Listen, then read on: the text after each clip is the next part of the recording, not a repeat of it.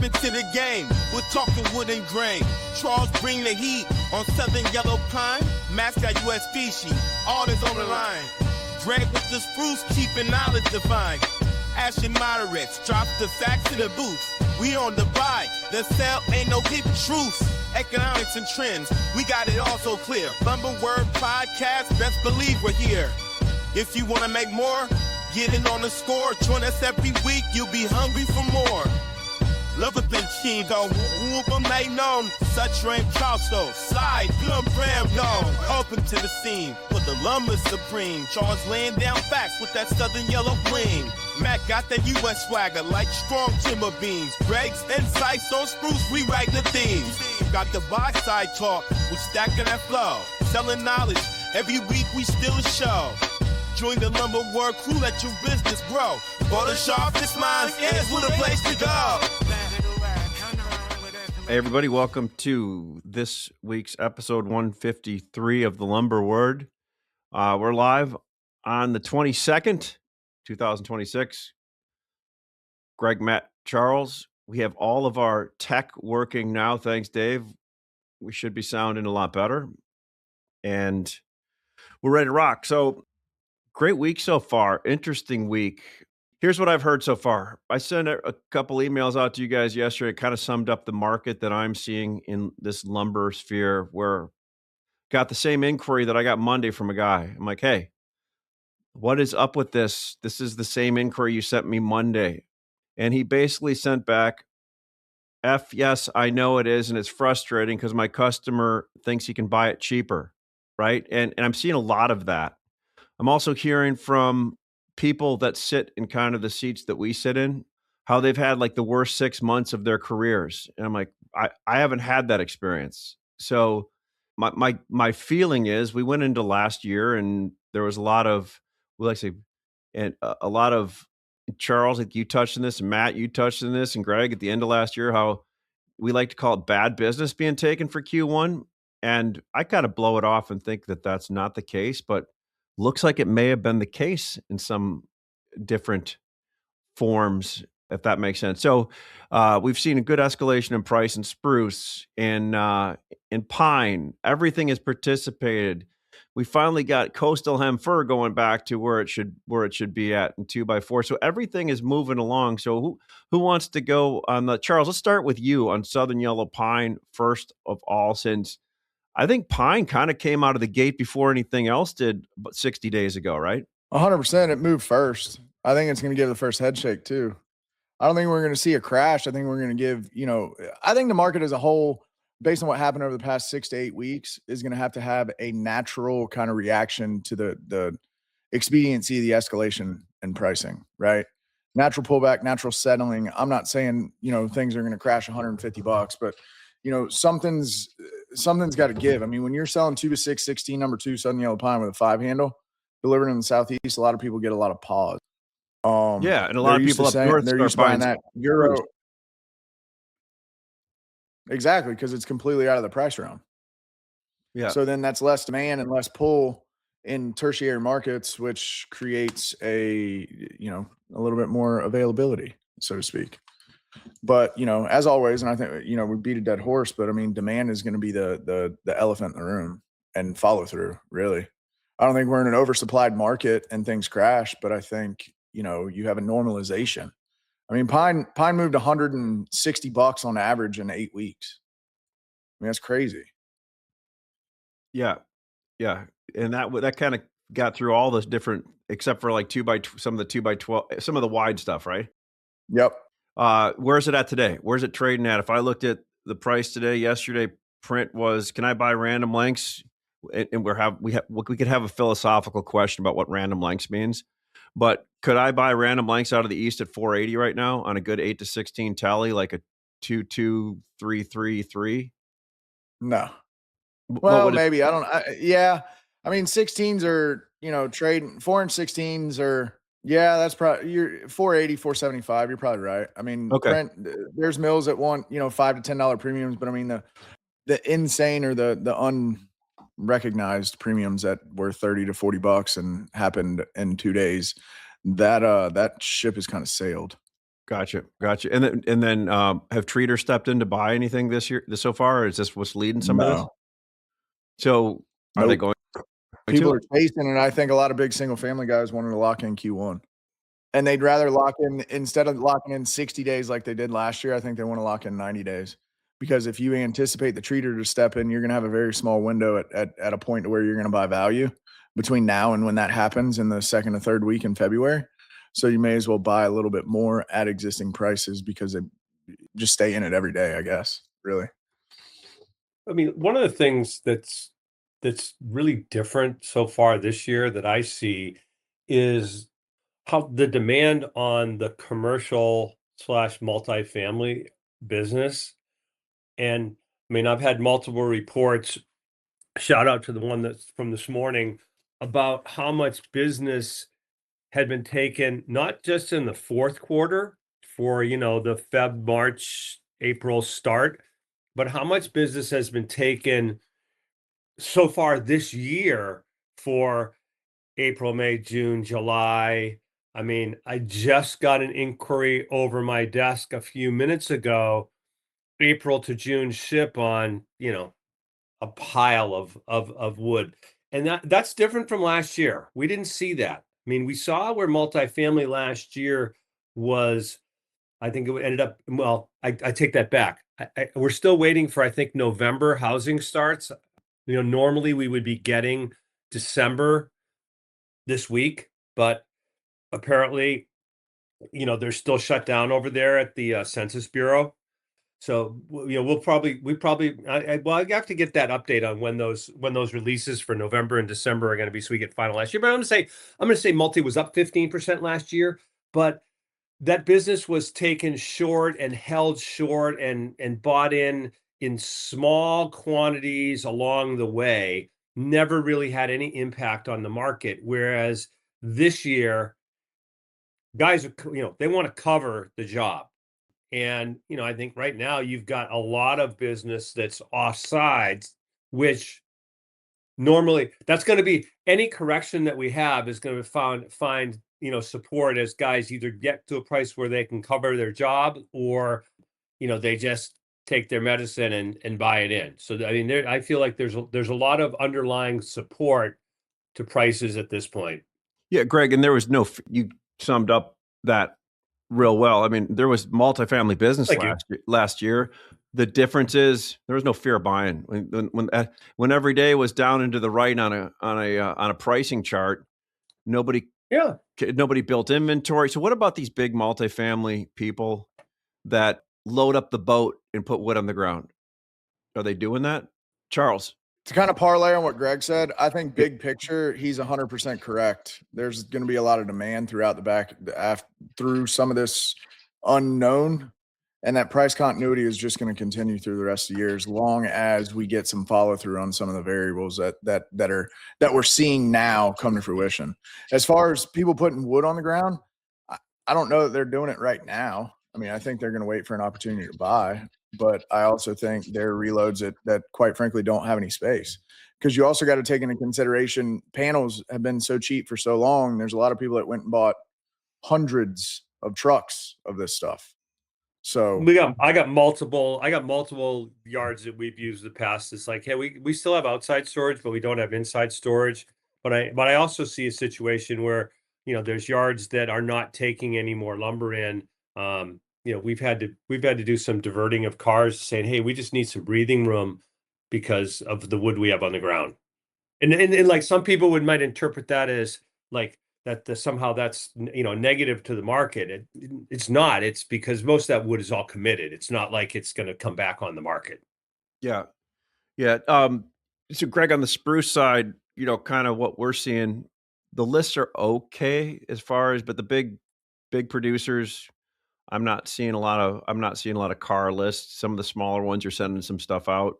The hell am I trying to say here? There's light. Well, I mean, no, what you're trying to say in the Eastern market, mill order files, first or second week in February, there's, if we think about it, like mills all cleaned up all their dressed inventory in December. They've curtailed production in the first quarter. So they don't have a lot of pressure in front of them to move wood. Conversation this morning, it's like, hey, it's not that we're that busy, but we don't need to be that busy to take care of what we need to take care of every day. If you're a guy that had to sell 5 million feet a day to stay even, now you have to sell, 2 or 3. That takes care of itself.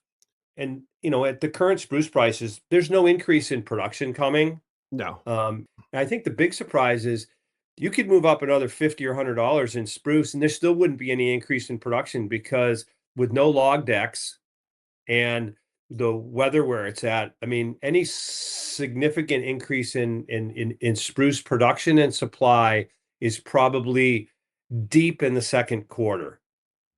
Well, then this will segue into what Matt. Well, it's a great summary. This will segue into Matt. Like, so we had the Blue Ridge fire last week, and our friend Tony pointed this out to me. Tony, shout out to you down in Central Illinois. Pointed this out to me last week. Did you see what Friday printed on MSR in the West? And I'm like, no, I really didn't. What did it print up? $45, $35, $25 on Western spruce MSR. Is that a lot? And a lot of stuff print up. So Matt, like, you deal a lot in the Western spruce market, obviously, because you have a mill there, but also, so what did you see since last podcast on the Western spruce? I mean, coastal hem fir bounced. It's getting back to its normalized price. 2x6 hem fir still cheap as shit, I think. But what are you seeing? Matt's going to talk about that right now. It isn't cheap anymore. And I think it's harder to buy lumber in the West than it is in the East at the moment. Generally speaking, they're like I said last week and week before, they're running a heavy Doug fir log out here at most of the sawmills. So if you want to, turn to the alternative, cheaper whitewood species like hemfir, spruce, SPF South, ESLP, WW, those types of things, there's just less of it being offered than there was a month ago. And the Canadians, because of the reaction to the fire in Alberta and already strengthening markets coming into the January timeframe, they solved all their year-end issues, and now they come in and they get whacked with a bunch of new orders, and so they've got a real order file, and they don't have as many empty cars to load. As seems like the flow of cars is more to the east right now rather than the west, and so it's harder to buy lumber out here than it has been for quite some time. I think that will probably lessen at some point here. I mean, we typically have a lull sometime in, January, February. There's usually a stretch of time where there's a bit of a lull, and then we get going again. I don't know, like to Gregg's point about resting orders and people wanting to buy lumber, that there's pent up demand. I agree with that. I think that another part of the market that I view as a positive is that there's a lot of people out there that don't believe this, right? They either refuse to believe it because they haven't had to deal with rising prices for most of the last year, really most of the last 2 years. They don't really care, right? They've already got something sold at a lower price and they're just hoping that they can get out of that position, or their budget didn't allow for it. They just, and then there's people that just get fixated on an idea. So in our business, there's people that are long and short at the same time. All four of us carry long positions and short positions concurrently. And then there's people that operate strictly from the long side. And then there's people that operate predominantly from the short side. And the people that are operating from purely the long side got smoked last year. And some of those people, it's going to be hard to get them to switch gears back to wanting to be long all the time again. They took a beating last year, and it's hard to overcome that mentally. And the people that are short all the time, you're seeing their behavior. They're covering. They're trying to cover. So to me, that tells you where's the general direction of the market going to go? It's going to keep going up. And I think that we're back into a normal supply and demand type market. We've all been through these before. Gregg's been doing it for over 30, and Ashley, you've been doing it for 30, and Charles, I don't know, 15, 20 years. I mean, we have 5 anyhow. We haven't had in the last, how many times in the last 6 years have we had a normal, like evenly balanced supply and demand type market? It's been a while. We had the COVID Matt, years, and we had coming back from that. Evenly balanced. We don't want that, because when you're evenly balanced, that's when you get a flat market that doesn't move. We want markets that are out I of think that. Are I think out we're of slightly balance. undersupplied if you factor in the taxes on Canada, the lower production in the South. There's less euro coming over, and we still haven't reached price points yet that are super attractive to invite new production, across the board. The one wild card that I'm looking at is the Canadian dollar. So this morning on the drive into work, a guy, one of those business analyst guys, says because of what Trump's doing with Greenland and what he wants to do, build an iron shield or iron dome across North America, he thinks that Greenland. Canada is going to be the next place where the United States wants to put money. And he feels like the Canadian dollar is undervalued and that's going to change. So what if the Canadian dollar went back up to 90 cents on the dollar or 80 cents on the dollar? It's been stuck low for quite some time. That would actually change the math a little bit for these producers. So, It wouldn't change it a little bit. Relief. It would change it a lot. I mean, going from whatever 72 cents to 90 cents. I mean, let's see, what does that generate in return? That's like adding another 18% tax to their price, right? I mean, that reduces their mill net by another 18%. There's just things happening out there that lead me to believe that unless you can sell into the future at a premium, it's a bad order. Like, seriously, just don't do it. And until we can get most people on that side of the ledger, we're going to continue to rally. People fight it. That'll come to an end at some point when it costs them $10,000 a car. But Matt, Gregg and I were talking last night, and he brought up he said he was talking to a customer who said their people in the field are still selling cheap business right now. That's the biggest no-no of all, right? So if you think about, what if you bought silver at 35? Would you sell it at 65 to all your competitors? I did. Would you just get rid of it? I did that with silver. I mean, nice trade, Ashley. Thank you. That makes up for that Tesla lumber debacle. isn't. Yeah, Gregg said this before. Lumber is, people look at your inventory reports and your turns and your profitability and ROI and all that. And last year it was a liability, but inventory this year is not a liability; it's an asset. And so, if you operate your business as though you just bought a bunch of silver at $35 an ounce, and you can take your time selling it, right? Then I think you'll do better than if you just rush to the exits and sell it all for $38 an ounce.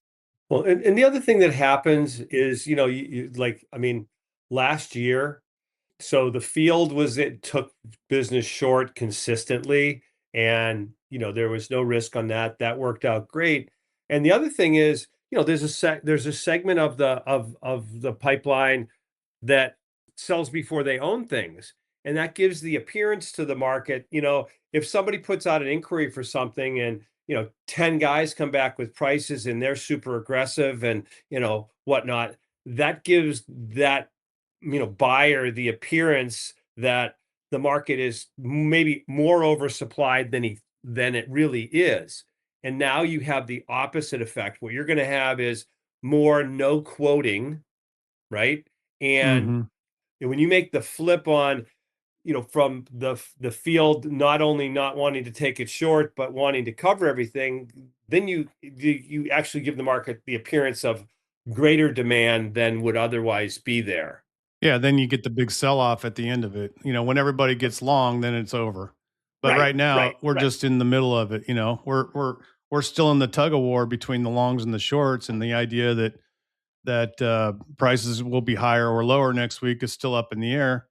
I'm looking at a couple of things that maybe have nothing to do with that per se, but as long as just a general observation, as long as we're carrying these big $50, $60 premiums in the futures board, I still, that entices me to sell into it, right? As a hedger, it's just good math. It allows you to do some good basis trades too in the future if you decide you want to turn it into cash, you can do some spreads and get long and take delivery and blah, blah, blah, blah, blah. But I think a guest we had on a few weeks ago said that he expected those numbers to flatten out. Well, what happens if we get into April and May and the cash prices are more range like they used to be for most of our careers? It's going to make it a lot trickier for people to make long-term strategy decisions. It's easy for me to buy lumber today and sell it ahead in the board $60 higher and then take delivery of it. I've got like 60 to 90 days to figure out what to do with that lumber. And I've got a built-in $50, $60 hedge already. It allows me all kinds of flexibility, and my planning process is simple. But when I have to make snap decisions in May or June, and I'm only getting a $20 premium or a $15 premium, a lot trickier math, a lot harder buying decisions. It's going to change. It's going to change the way I do business. One interesting thing, if you would have sold yesterday, Matt, you could have come in today and made $30 1,000 instantly if you had resting orders. I did actually. I just didn't have any resting orders in. It's like, so I mean, we had a flash sell off of like $40. What was up with that? So I mean, but like honestly, I mean, orders. so the market hit a 250 lot stop and went in a vacuum, down to $34. The next trade after it traded limit down was $15. No, well, yeah, it was $15 above that low trade price. So yeah, I mean, yeah, if you had a resting order, at limit down, you might have gotten those. How do you feel if you're the guy that put that order in, that limit order in? Like, you mean stop loss order? Or, how do you feel if you're that guy and you're like, your broker calls you back, says, "Hey, we filled you $30 below here." I mean, the reality is, having traded this for a long time, don't do that. Never put a stop loss order in lumber. They will go get you every time. They're going to get you. Yeah. That's what they do. It used to be some fine gentlemen standing around, talking amongst themselves. Now it's the computer. I don't know how it does it, but it does it. Yeah. You wouldn't say people go out and hunt for orders, would you? Because you're not supposed to do that. Strange things happen out there. Strange. All it does is it just creates a new target for the March contract to get back down to, right? So if you look at that 578 number as kind of major support line for March, sort of your bottom, then now you can just sort of operate. If you're a mill, that's probably the lowest you're going to have to sell it for in March. And if you're a trader, that would be a place where you want to get long, right? Yeah. Even though it's $50 higher than what you could have got long January for. Yeah, my guess is you're going to be trading on the futures for the next several weeks, to your point, Matt, from perhaps low somewhere in the 580s to, in the low 600s. We're probably going to be in a trading range for a period of time unless we get another shock in the cash market on the supply side that, when you look, we've lost, open interest is now down from, north of 11,000. We're at 8,500 today. The kind of a low level on open interest is, somewhere in the 7,000s. So, the big issue is going to be, hey, what happens to the 5,000 of those shorts that are non-commercial, that are funds, and do they make the switch from being like short to being long? And if they do, then we're going to get you 800 sooner rather than later, Matt. And then does the industry make the decision to get short and get on the other side of it? And that's where we flip the spread, right? Where we we don't have the fund rolling anymore like we do. Yeah, I mean, you're probably May, July expirations for all of that to transpire. But yeah. I mean, if you think about last year, the industry was long all year, the funds were short all year, and funds made money all last year in lumber. So aren't they Right. smart? Aren't they smart money then? They always say the industry is, and like they were last year. yeah, They were last year. yeah. And are we the only industry where the actual commercials aren't the smart money? Yeah, I mean, every dog has his day. True. I mean, I'm just asking the right? question. Just asking. Legit. One interesting note I wanted to talk about. I noticed last week when we were going into expiration, the big mill that EFPs stopped EFPing a day or two early, kind of threw a lot of people into a little bit of. I think a lot of people my opinion, when they are long futures going into that last week, they think they're going to EFP with 1 mil. And I think with more participants now in the market, that's not the case. And I think that's healthy for the market. Anybody else? I think it's healthy for the market, because when you have more than just one person in there EFPing or doing stuff, and I'm a big promoter of that. I think there should be more people in there looking into the sun on the last week of expiration on the sell side that are willing to EFP or deliver. I mean, and or people on the buy side should be prepared for that. I don't know if that was a question or a commentary. Seemed like kind of a rambling stream of consciousness to me, but it was okay. It was. It's like Will Ferrell in Old School doing his dissertation on the stage, I think, where everybody says, now we're all much dumber for that. Thank you. Thank you. We're all much dumber for that. That was Billy Madison. Was it Billy Madison? Yeah, it was Billy Madison. Yeah. Okay. Yeah. Okay. May God have mercy on your soul.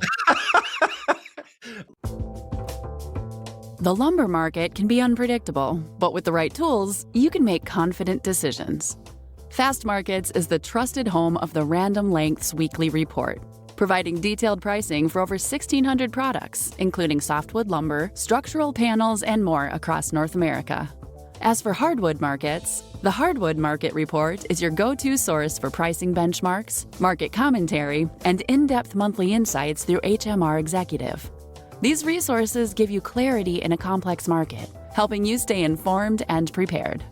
Fastmarkets Random Lengths price assessments are derived from verified price inputs collected via online submission forms, authenticated physical documentation, and interactions with buyers and sellers across the supply chain. All data is evaluated within Fastmarkets' proprietary assessment platform, Mind, in strict accordance with our published methodologies. Each assessment undergoes a rigorous approval process prior to publication. Key benchmark commodities are subject to independent third-party audits to ensure alignment with Fastmarkets methodologies and compliance with IOSCO principles for price reporting agencies. Get started with Fastmarkets today. Visit fastmarkets.com/lumbertalk to find out more.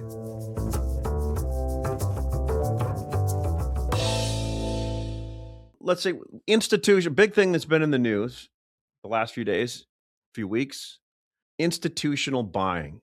And I always follow Lance Lambert a lot on X at News Lambert, and kind of like went through a bunch of his stuff before I got on here. I hope I'm correct on it.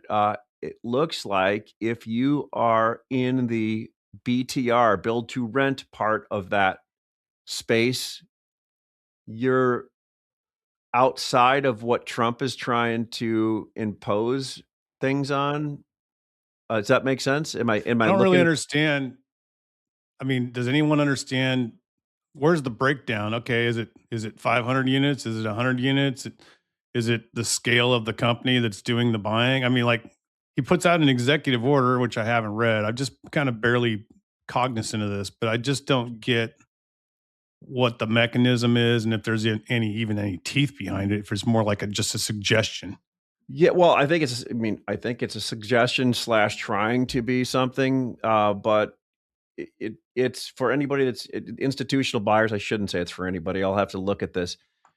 It's for institutions that are buying to sell, not buying to rent, right? And I'm not sure how that plays out, but I was under the impression it was even the BTR people, but it's not.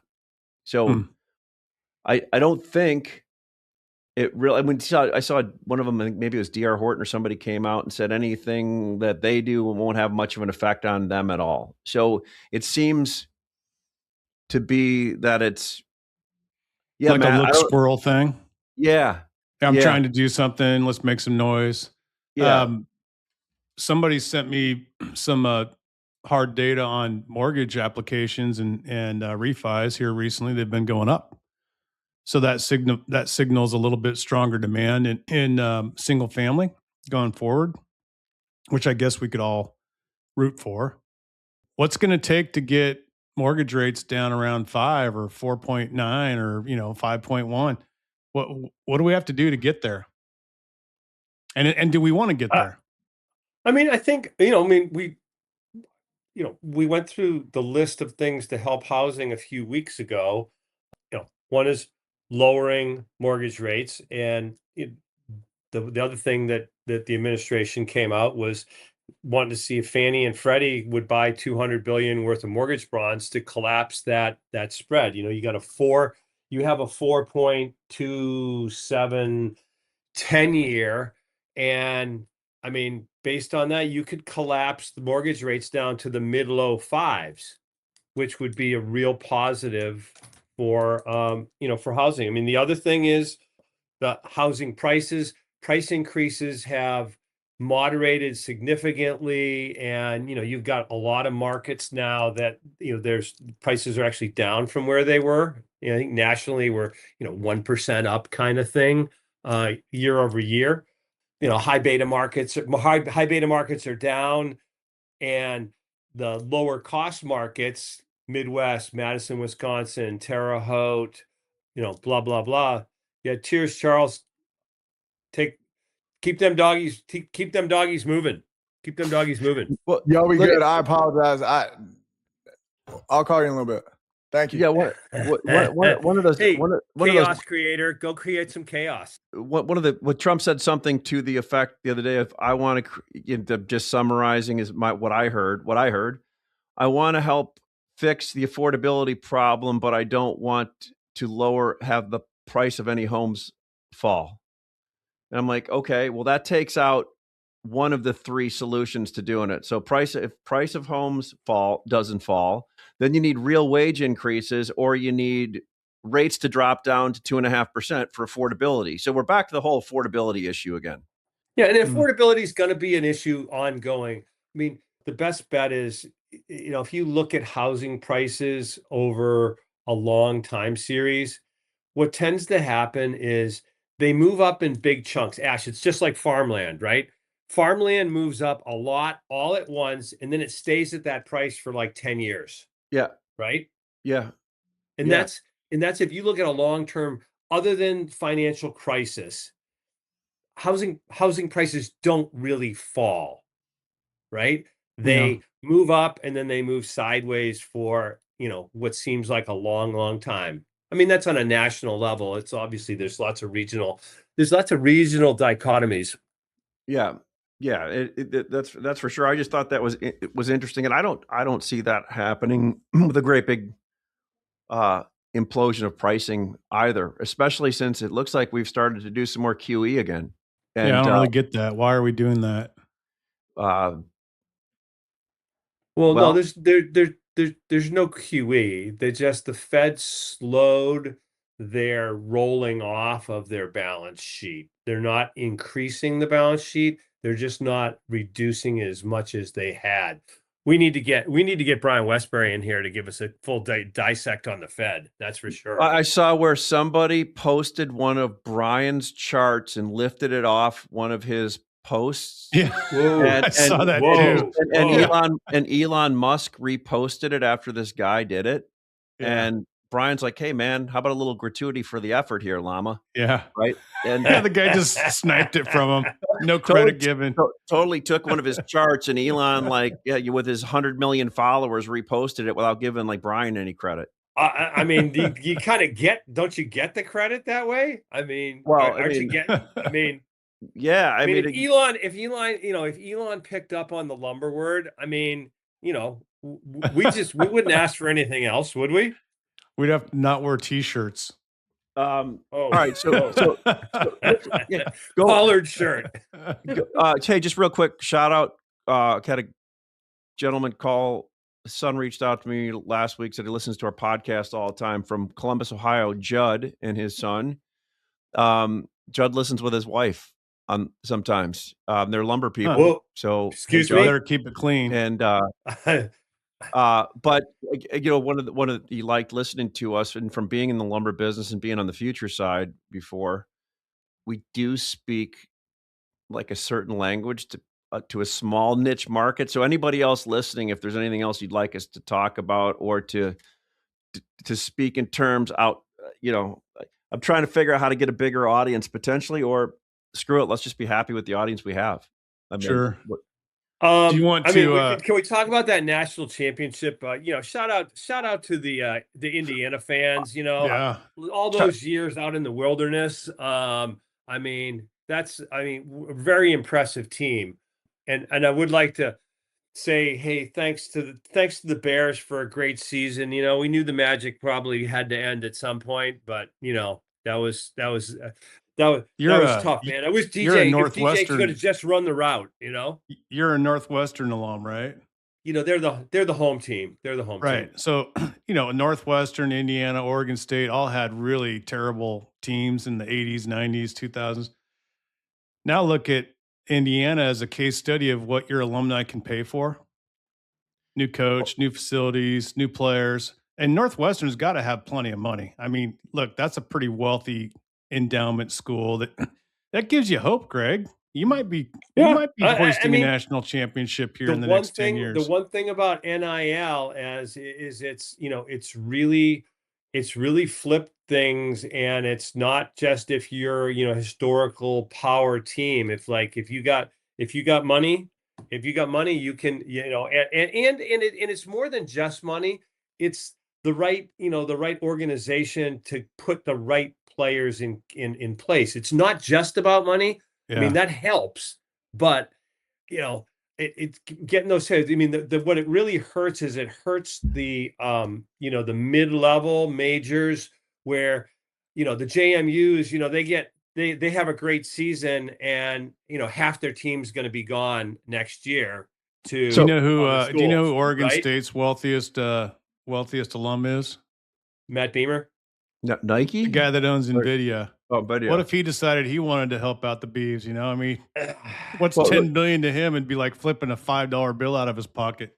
So if you think, I got a couple comments on. So now we can do if we go sports radio also, and we get Teddy Boy to get a decent connection. I mean, we could really blow up. So a couple things. A great win by Indiana, and they showed that you can go out and put a team together with 25 and 26-year-old 5 and 6 year players and have a team that's basically only the same chronological age as one of the youngest NFL teams.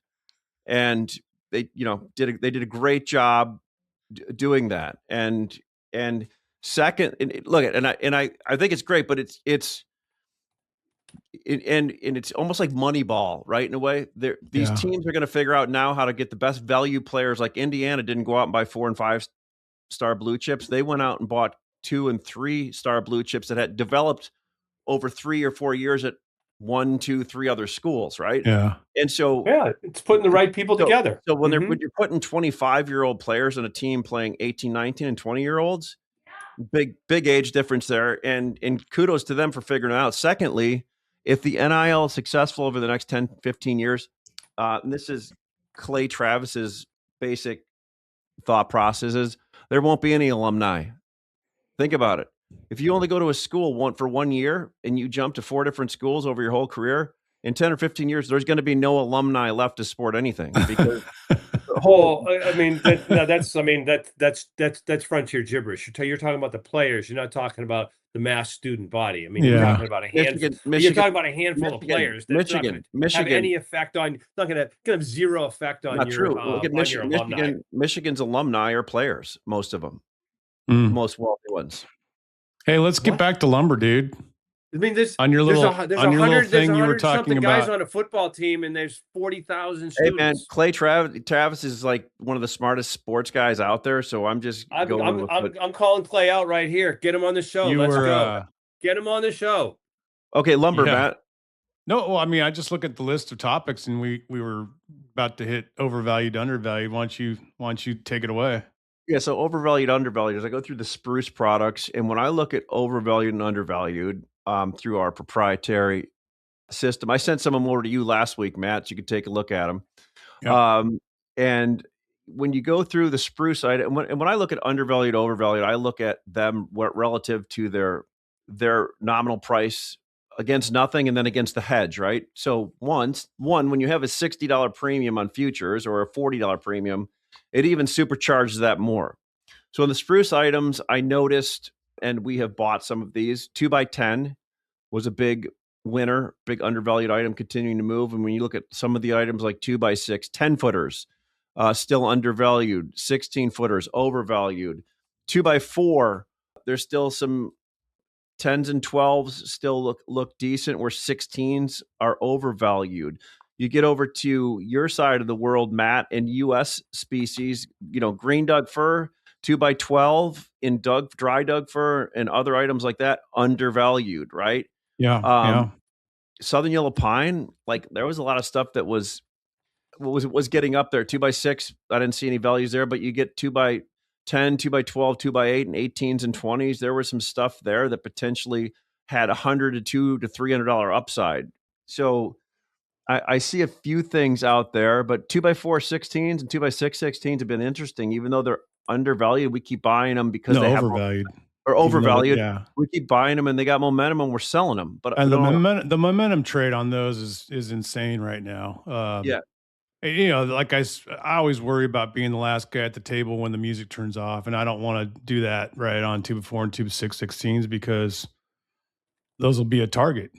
But in the meantime, in the first month of the year, it seems like it's a safe bet. If we were in the fourth or fifth month of the year, maybe not as safe anymore, right? But yeah, it's crazy to me the demand for those at the moment. And then once we get into when we're selling in the 700s, which delivered, which we're getting close to that, it's a different ball game. What they say, if you're not early, you're late. Do you think that we'll ever get back to an industry where, Greg, you're my pretend customer from 20 years ago, and I just call you up and go, "Hey, Greg, I got 5 cars at random. I want to sell you at a price. Oh yeah, let's just go ahead and do those. What's the tally going to be? I don't know. Just going to be a good random 8 to 16. I'm not even sure. It might be 8 to 20. Okay, I'll just put them in for this tally. If it's a little different, that's fine." Like those days are so over. It's like all I get inquiries for is straight cars of 12s, 14s, and 16s, straight cars of 14s, straight cars of 16s, straight cars of 10s, 8, 32 16s, 32 16s with no filler. I mean, it's like everybody wants to buy in a certain way. And the days of like, I'm sounding old here, but it's true. I used to just call up people and sell them random. And they didn't even really care what the tally was. They just trusted you wouldn't screw them over with some god-awful tally, right? Are we ever going to get back there? No. Yeah. Probably not. I mean, once you kind of go down that road, but it's because I see that as an opportunity for a guy that wants to start up a retail company and buy that way, to figure out how to merchandise like we all had to do back in the day. When you got to buy a random tally, you got to figure out what to do with your 8s and 10s. You got an answer for your 12 and longer. You might cut some 18s and 20s into 16s or cut them in half into studs.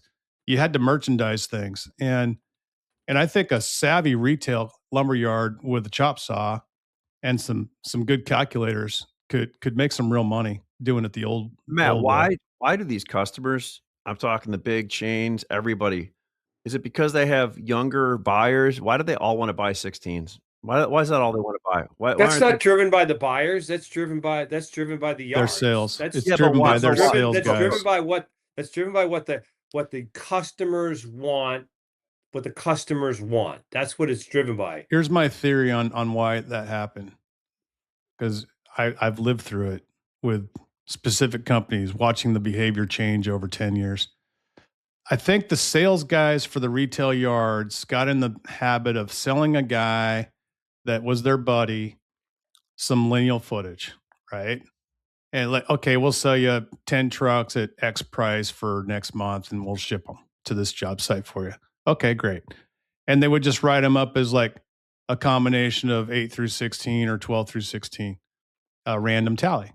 And then when the job came ready to ship, the builder would send over the release, and it would be like a straight truck of 14s or a straight truck of 16s.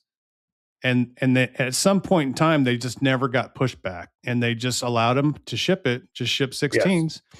And then that behavior got reinforced because the salesman was still getting paid, and he basically letting the customer take the best length out of the tally without getting the right price for it, but the salesman was still getting paid for it. And then the modern computer systems that people are now using for their buying and selling doesn't account for that behavior. It just lets people take 16s now. And so they never got their hands slapped. They just kept doing it. And now the buyers are forced to just buy what the customers want, which they've always wanted straight 16s, always, right? Just now they get it. Yeah. Yeah. And it's easier if you buy straight 16s, then that's what the price is in there.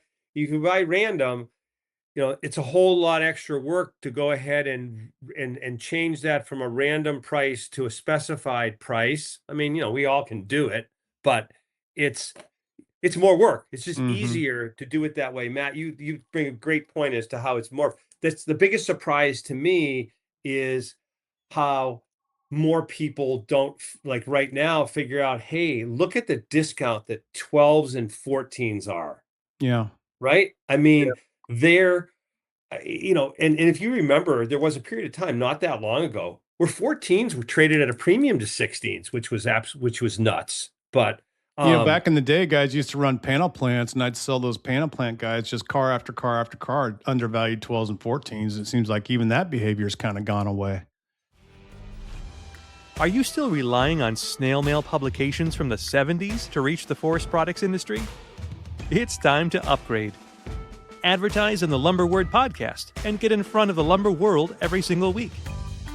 Our episodes are tuned in by the largest segment of influencers inside and adjacent to the forest product sector. Decision makers who shape the industry.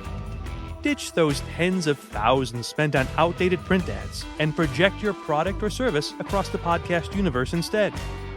Ready to make the switch? Head to thelumberchannel.com, click on Connect, and drop us a line with your info. Let's amplify your message today.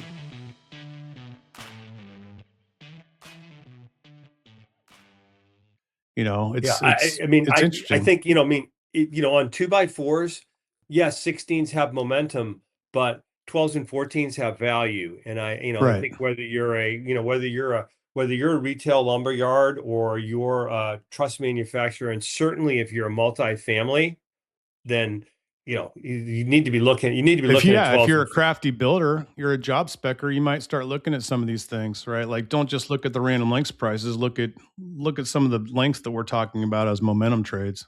So you basically need to work into your contracts with these. If you're a big buyer seller of selling more lineal feet on the contract, saying, hey, we have the right to ship this in lineal feet over the life of this contract, right? As long as there's not 100% eights, it's got to have, but they could set it up based on lineal feet, and then everybody could go through and pick the best value tally. But if you're a commercial and a multifamily buyer right now, hey, tell them, hey, I want to buy 12s or I want to buy 14s and get that price. I mean, if they just put a lineal price, then they're getting a 16-foot price, which, skews it. I mean, unless they're saying, hey, we want lineal, and then to Matt's point, just expecting them to ship 16s, and the yards aren't going to do that for very long. I'll get calls after this, and they'll be like, yeah, I listened to your podcast, but you don't know what you're talking about. My specific customer is special, and they need 16s because they're building a widget that just needs those. And I'm like, in some cases that might be true, but if you've ever been to a job site, if you're a young trader and you've never walked a job site where they're slapping up homes and apartments, you should. You owe it to your career to go to a job site, walk around and look at all the scrap lumber of 16s that got cut in half so they could make temporary stairs. They cut them into 4-footers to make bird block. And there's a giant pile of scrapped up 2x4 16s cut to all different lengths sitting out there in front of the house, ready to go to the dump. Yep. So don't tell me, because I've lived it. I've seen it, and it's not true. You don't have, unless you're running a truss yard or you're making like a certain prefab wall, you don't have to have any length. You can buy random and you can build with it. And the trust people get it. That's why they order specific stuff, because they figure out how to make the right best lengths work. My wife's tired of me pulling over to job sites. I mean, she just says, no, we I've seen him. I've seen it. You don't need to no, but that's my lumber over there. We're supplying that job. I got to go look at it. Because you can do that on your own time, mister. Story related to that, just real quick. My wife and I were in Milan a couple of years back, and we waited outside of that. Is it the Dojo, whatever that place is where you have to wait, that church, and go in it, and you get to go up on the roof. It's built in the 14 or 1500s. I got up on the roof, and they had scaffolding, and they had OSB out there, and I went flying across the roof so I could get a picture of the grade stamp on the OSB. and my wife's like, "What are you doing?" I'm like, I just wanted to see whose OSB this was, and lumber. And so, yeah, I hear that, Greg. What Mindy would empathize with Julie on that, because that's just the way that's the way it works.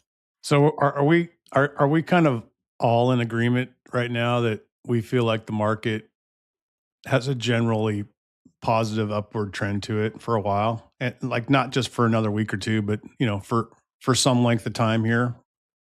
Seasonal strength lasts for another 30 to 75 days.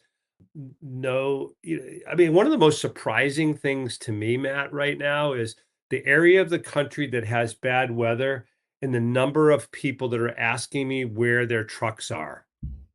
I mean, I'm like, hey, it's -1 in Indianapolis. Like, what do you mean? Like, really, you need to know where this truck is right now? I mean, that's the crazy thing. And also the inquiry for the people that want lumber for next week. I'm like, hey, we're 2 to 3 weeks on shipping because we've, that's been a real strong start to the year. And I mean, the winter weather, it's real. I mean, I'm getting all sorts of emails about, we're closed for delivery tomorrow. We're closed for delivery on Monday because of the storm. I'm like, well, I mean, and then I know what'll happen on Wednesday. They'll go, hey, where's my truck? I go, well, you were closed for. Don't care. They don't care. Yeah. Huh. Yeah. We don't. Yeah. I'm not having those experiences. We don't have snow out here. It's been sunny and cold, but sunny, dry. I've been on the other side of that experience. I called the reload the other day, and they said there's a blizzard and a whiteout, and we can't see 50 feet in front of us. And I'm like, well, when are you getting my truck loaded? So I need to be a little bit more today. I need to be a little bit more kind and understanding. And Matt, we're so busy on that and can't. We were loading trucks right off a car that was sitting there. Yeah. And I mean, the East is going to be impacted here. I mean, sub-zero weather for the next, as far as the eye can see. We had reports from our mill that, hey, the storm's going to slow down shipments for the next, into next week. I'm waiting for, and I don't think it's going to happen because this, with production lower than it has been, probably the CN will be able to not, have significant service issues.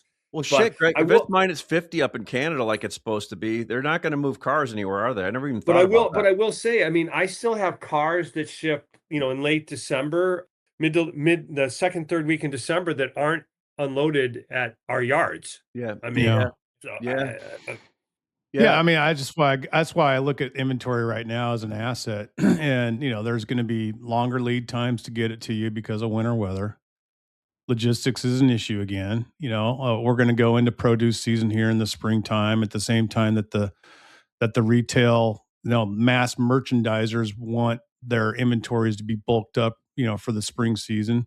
There's a lot of positive trends going right now. I'm trying like crazy to find the negative ones. There isn't a lot of negative things out there going forward. And so, well, that's I'm just going to keep writing that feeling for until everybody starts agreeing with me and everybody has bought all their lumber and we've seen total capitulation. And then at that moment, I'll just say, okay, I'm done. I'll even talk about it on the pod. If I get to that point, sometime in the future, then I'll just say, yeah, okay, I'm out. At one point too, Matt and Greg, is like, if you guys have the same feeling here, it's been plotting and slowly moving higher, which is a healthy market. Like you're not having mills going off the market and moving up $50 on stuff. We're slowly plodding along and getting off. Mills are being smart. They're offering stuff every day to sell. And like as Greg said early in this, it's not as much as it was, but they're offering it to people, to their customers, stuff for sale, and it's getting bought and it's slowly getting sold. And it's not a complete crazy feeding frenzy, but everything's getting moved pretty firmly. Yep, absolutely. Well, I think we've pretty much wrapped it up for the week, and I'm going to go grab some lunch, boys. Good stuff. Same hey, here. Listen, have a great one, guys. Thanks. Yeah, Cheers. congrats guys. to Indiana. Yep, go to Indiana. Thanks for listening to this week's episode of The Lumber Word. The Lumber Word podcast is dedicated to engaging conversations about the lumber industry, including trading ideas, market trends, and evaluations of overvalued and undervalued assets. We wish to emphasize that the discussions and opinions expressed in this podcast are purely for informational and entertainment purposes. They should not be considered as financial or investment advice. We encourage our listeners to make their own financial decisions, taking into account their unique circumstances and financial goals, and to seek professional financial advice if necessary.